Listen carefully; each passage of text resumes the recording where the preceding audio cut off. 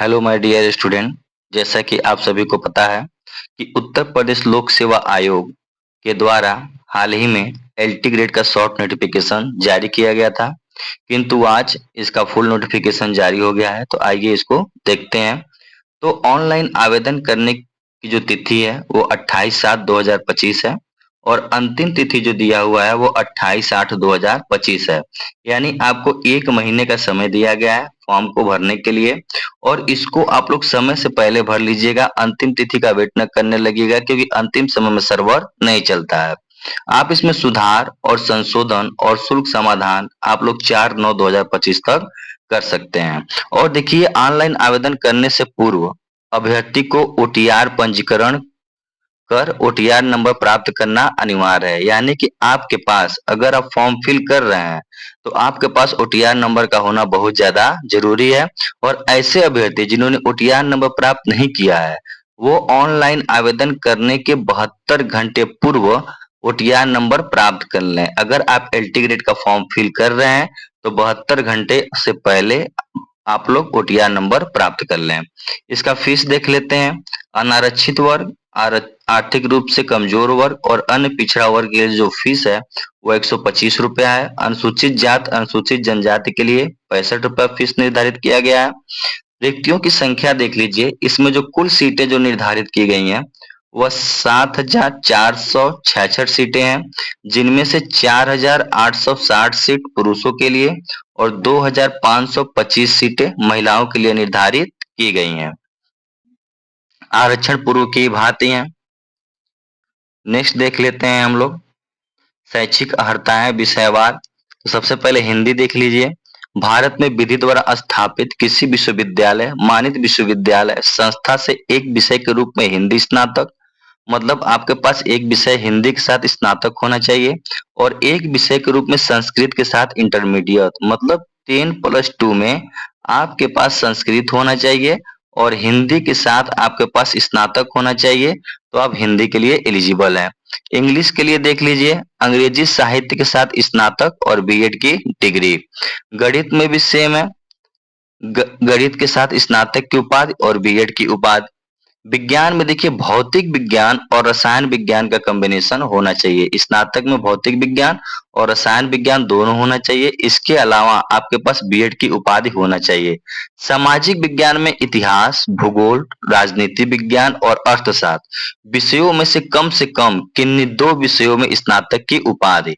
मतलब अगर आप एसएसटी के अध्यापक बनना है आपको, तो इतिहास, भूगोल, राजनीति विज्ञान, अर्थशास्त्र में से 2 का कॉम्बिनेशन होना चाहिए।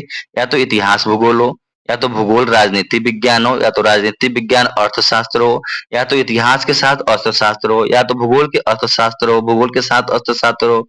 तो ऐसा करके आपके पास कॉम्बिनेशन होना चाहिए और बीएड की उपाधि होना चाहिए। असिस्टेंट टीचर कंप्यूटर का देख लीजिए। BTech from university institution established by law in India. आपके पास बीई या बीटेक होना चाहिए कंप्यूटर साइंस। इसके अलावा या ग्रेजुएट इन कंप्यूटर साइंस या ग्रेजुएट इन कंप्यूटर एप्लीकेशन या graduation degree along with A level course from NIELIT. इसके अलावा बीटेक या ये आपके पास बीटेक हो, graduation in computer science and MCA post graduation in computer science. फिर आपके पास बीएड की डिग्री भी होनी चाहिए। इसी प्रकार आप लोग अन्य शैक्षिक अर्हताएं भी देख लेंगे वीडियो को पॉज करके। उर्दू में क्या लगेगा, जीव विज्ञान में क्या होना चाहिए आपके पास, संस्कृत में क्या होना चाहिए, कला में क्या कॉम्बिनेशन होना चाहिए। तो एक एक करके आप लोग सभी कॉम्बिनेशन को ध्यान से देख लेंगे। यहाँ पर अधिमानी अर्हताएं जरा देख लीजिए, इसको जरा ध्यान से समझिए। अन्य बातों के समान होने पर ऐसे अभ्यर्थी को सीधी भर्ती के मामले में अधिमान दिया जाएगा जो प्रादेशिक सेना में कम से कम 2 वर्ष की अवधि तक सेवा की हो या राष्ट्रीय कैडेट कोर का बी प्रमाण पत्र किया हो। तो उनके पास अधिमानी अर्हताओं के बारे में लिखा हुआ है। आयु सीमा इसमें देख लीजिए। 1 जुलाई 2025 को 21 वर्ष की आयु पूरी करनी चाहिए और 40 वर्ष से अधिक की आयु नहीं होना चाहिए। ठीक है, यानी 21 से 40 साल तक के लोग इस फॉर्म को फिल कर सकते हैं। इसमें आयु में छूट भी आगे प्रदान किया गया है। जिनकी एज ज्यादा हो गई है, खास करके ओबीसी अनुसूचित जाति वाले हैं, तो वो लोग भी फॉर्म को फिल कर सकते हैं।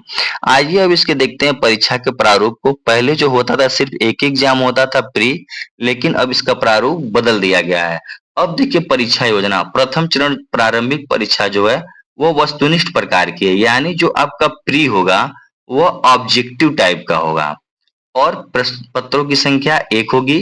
कुल इसमें 150 क्वेश्चन होंगे, जिनमें से 30 क्वेश्चन जो होगा वो आपके जीएस का होगा और 120 क्वेश्चन वैकल्पिक होंगे जो आप चुने रहेंगे। जैसे मान लीजिए हमने एसएसटी चुना, तो एसएसटी में दो कॉम्बिनेशन जियोग्राफी और हिस्ट्री हम ले लिए, तो जियोग्राफी और हिस्ट्री से 120 क्वेश्चन आएंगे और 30 क्वेश्चन जीएस के आएंगे सब मिला के।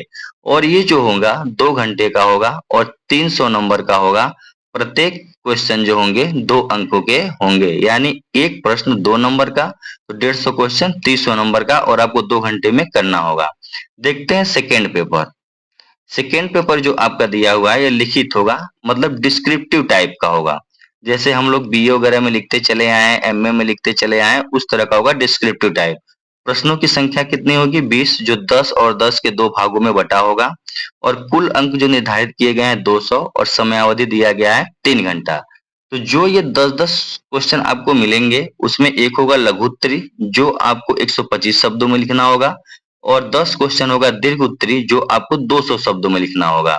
लघु उत्तरी के लिए 8 अंक निर्धारित किए गए हैं और दीर्घ उत्तरी के लिए 12 अंक निर्धारित किए गए हैं। तो ये परीक्षा प्रारूप है बदला हुआ, जो पिछली बार से बदला हुआ है। अब आपको प्री और मेंस दोनों दिए हुए हैं। फिर इसके नीचे आपको सिलेबस दिया हुआ है। तो देखिए सामाजिक विज्ञान में भूगोल का सिलेबस दिया हुआ है, ये आपको क्या क्या पढ़ना है। इसी प्रकार आप लोग जिस विषय से आप लोगों को फॉर्म फिल करना है उस विषय का आप लोग वीडियो पॉज कर करके सिलेबस देख लेंगे और उसी के अनुसार आप लोग अपनी तैयारी प्रारंभ कर देंगे। सिलेबस के बाहर आप लोग को कुछ एक्स्ट्रा पढ़ने की जरूरत नहीं है। धन्यवाद। उम्मीद है आप लोग को वीडियो पसंद